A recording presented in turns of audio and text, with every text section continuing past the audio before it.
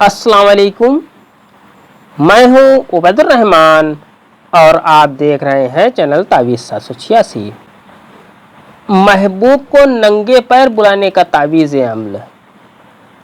आज का अमल बहुत ही ख़ास, आसान और मुजर्रब तावीज़ अमल है। इस अमल से महबूब एक दिन में ही आपके पास होगा इंशाअल्लाह। ये अमल तावीज़ तो आपको एक बार ही करना है। इसके बाद जो भी करना है वो इस अमल को करना है, वो इस अमल की बरकत से होगा इंशाअल्लाह। इस अमल को यकीन और एहतराम से आप करें, अल्लाह से दुआ करें। अल्लाह के हुक्म से आपका नूरानी अमल तुरंत असर दिखाएगा। ये अमल जादू से भी तेज काम करता है। ये अमल जादू टोना, सिफली अमल, काला जादू और सभी हराम अमलों को काटते हुए आपके महबूब को आपसे मिला देगा इंशाअल्लाह। ये अमल दो दिलों को मिलाने का काम करता है। बस आप इस वीडियो को शुरू से आखिर तक देखें, जिससे मेरा बताया हुआ कोई भी अल्फाज आपसे छूट न जाए। मैं आपको बताता चलूं, ये अमल आज तक जिसने भी किया वो फेल नहीं हुआ। बस आप अपने यकीन और ईमान पर कायम रहें और अल्लाह पर यकीन रखें कि जो भी कामयाबी और नियामत है ये सिर्फ एक अल्लाह की ही जात है। अल्लाह के अलावा कोई दूसरा नहीं जो किसी को की मुरादों को पूरा कर सके। और जिसने भी अल्लाह के बराबर किसी दूसरे को समझा और उससे मांगा तो उसने शिर्क किया। तो आप और हम सब शिर्क से बचने की दुआ करें। आइए अब इस नक्श के बारे में जानते हैं। इस नक्श को जानने से पहले आपसे गुजारिश कि अगर आपने मेरे चैनल को सब्सक्राइब नहीं किया है तो इस चैनल को सब्सक्राइब करके बेल आइकन पर प्रेस कर दें।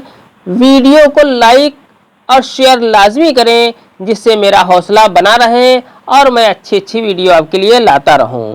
सबसे पहले पाक साफ हो जाएं, ताज़ा वज़ू कर लें, कोई अच्छी सी खुशबू अपने जिस्म पर लगा लें। मुसल्ला बिछाकर काबे की तरफ मुँह करके बैठ जाएं।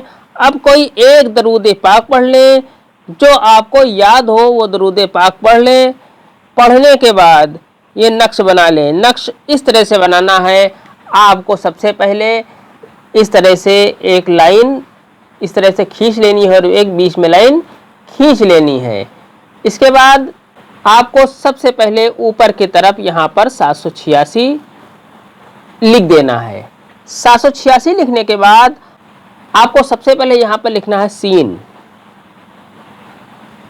सीन लिखने के बाद आपको यहाँ पर तो लिख देना है। तो लिखने के बाद आपको इस कोने पर मीम लिखना है यहाँ पर, और यहाँ पर भी आपको मीम इस तरह से लिख देना है, और इस कोने पर भी आपको मीम लिख देना है, और यहाँ पर भी आपको मीम लिख देना है।